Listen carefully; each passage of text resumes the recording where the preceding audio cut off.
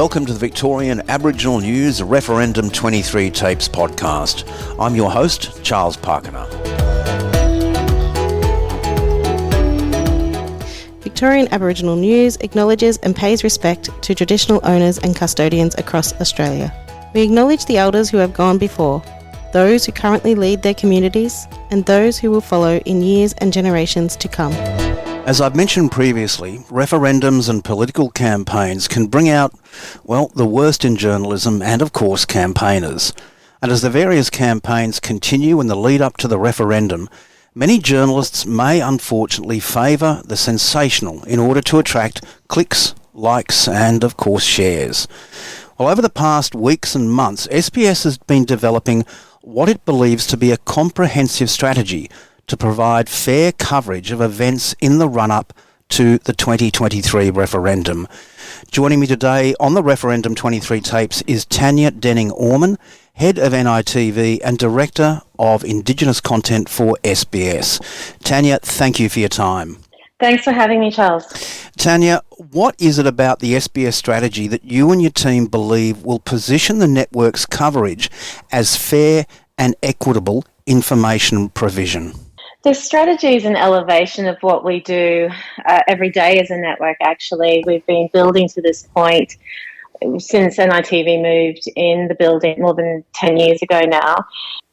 We have our Indigenous perspective of news delivered through our NITV News programming, but also utilising our community elevations through the multicultural communities that we are already communicating to. So more than 68 different language groups from Arabic, Mandarin, Cantonese that we also deliver out to. So our unique positioning with this strategy with referendum ensures that we're delivering Indigenous perspectives of this discussion, but also connecting to all Australians, no matter the language they prefer to consume their information from, in the trusted way that they like to receive it.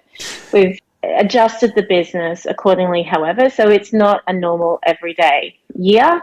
This is a massive year, not just for First Nations people.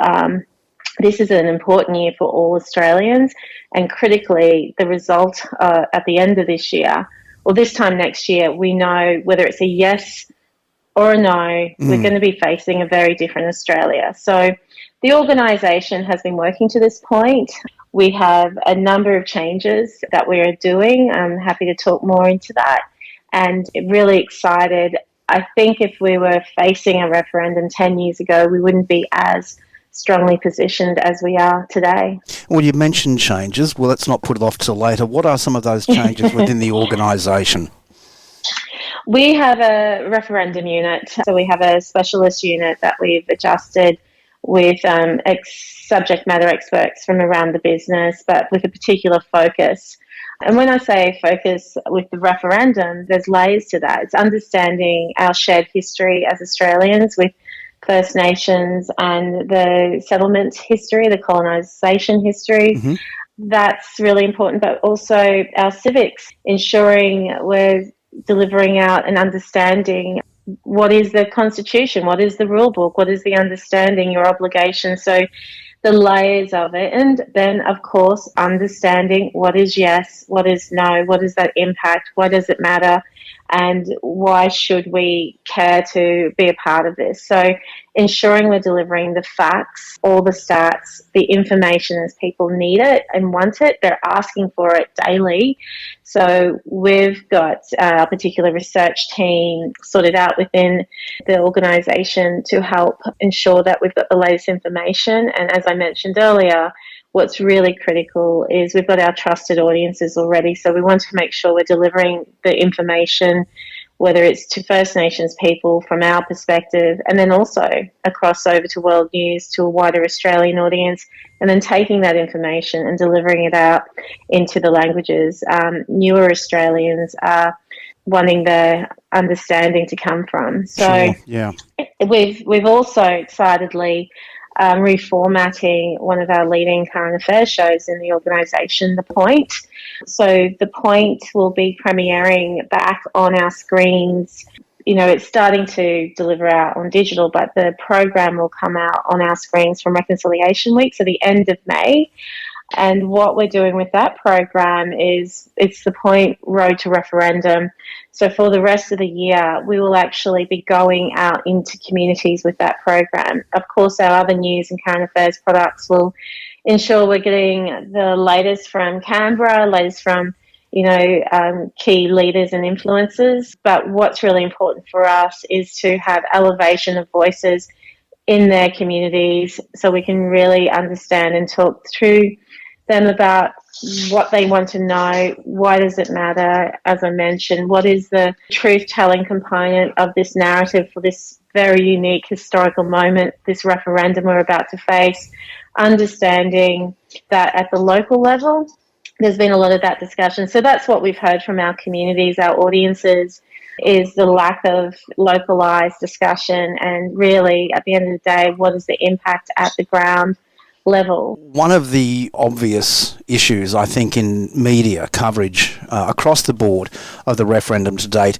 is the fact that journalists, too many of the journalists, simply don't even know the material. They probably haven't even read the Uluru Statement from the Heart, and it seems all too clear that far too many of them haven't even read the executive summary of the 2021 co-design report authored by Culmer and Langton.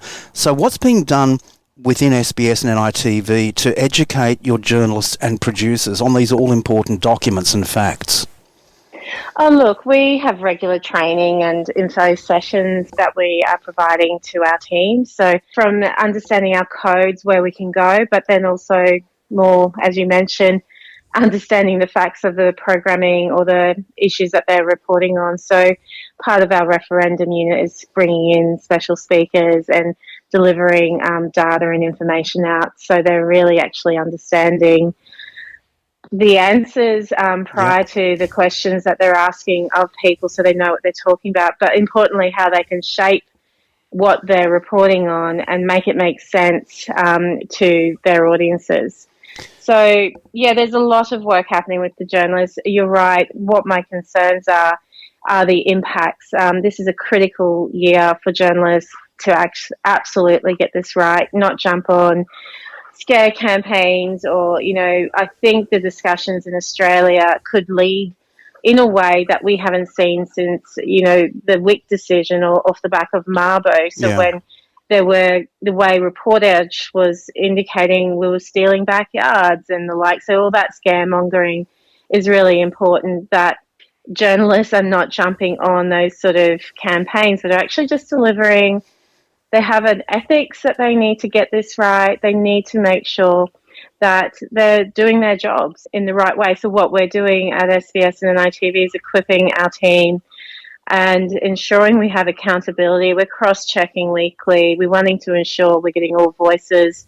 And as you mentioned, the facts are critical, more critical than ever before, I believe. And Tanya, what many people seem to avoid or forget is that the next 6 months or so leading up to the referendum is just one part of the political and social equation resulting from this. Now, if the referendum does get up, what are the plans for coverage on a more local and regional level in the years going forward as the various local and regional voices are established, because they're critical to the formation of the national voice? Yeah, that's it. Look, as I mentioned earlier, we've really evolved every year as an organisation, and I'm super proud of how far we've come as an entire SBS network. We're really taking the power of our First Nation cohort of journalists and producers that we have at the heart of the organisation, and how then we work with our different programming platforms and also our different communities as part of the multicultural network. So this story and this understanding, as you say, goes beyond the actual vote in a referendum. It's the impact of leading to it, understanding it, what happens on the day. We'll be making that sure we've got the coverage. We'll also be decompressing, debriefing after the actual vote. Yeah. And then obviously the new dawn, whatever that new dawn's going to be. We have journalists placed around the country. We work with our First Nations media. We want to ensure how this actual mechanism, if it is a yes, how is that going to work? And also keep to that accountability of what the federal government committed to with it. If it is a no, what is the next steps for communities? Is it Noel Pearson indicated it's then left to the next generation. So what is that next movement if it is that no?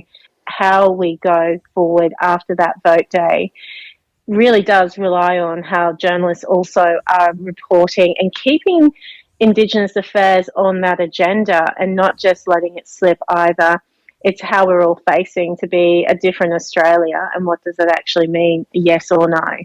Tanya, last question before I let you go. I know you're an incredibly busy person, but when it comes back to your journalists again, and we've got to address this particular issue, I know that over the years that SBS and NITV has built up an enviable stable of Aboriginal and other First Nations journalists.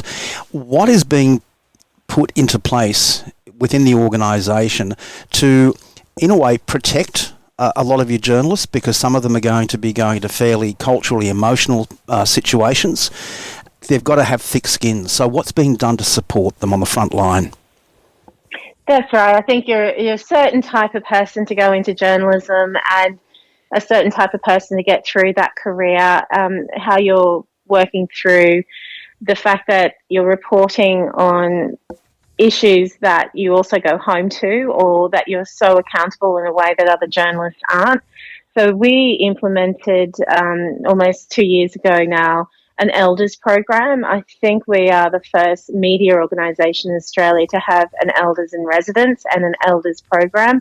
And what comes with that is, influence across. Auntie Rhoda Roberts works closely with me, helping and advising, but she's there for our First Nations staff. She's there for all our SBS staff, and some of them never have had an elder before, but particularly working with us. And we engage with other elders around the country, like we've worked with Uncle Richard Franklin down in Victoria. So it's not just all roads lead to Auntie Rhoda. It's about her place, that's a lot also. So we have a safety program and a community program also for our team.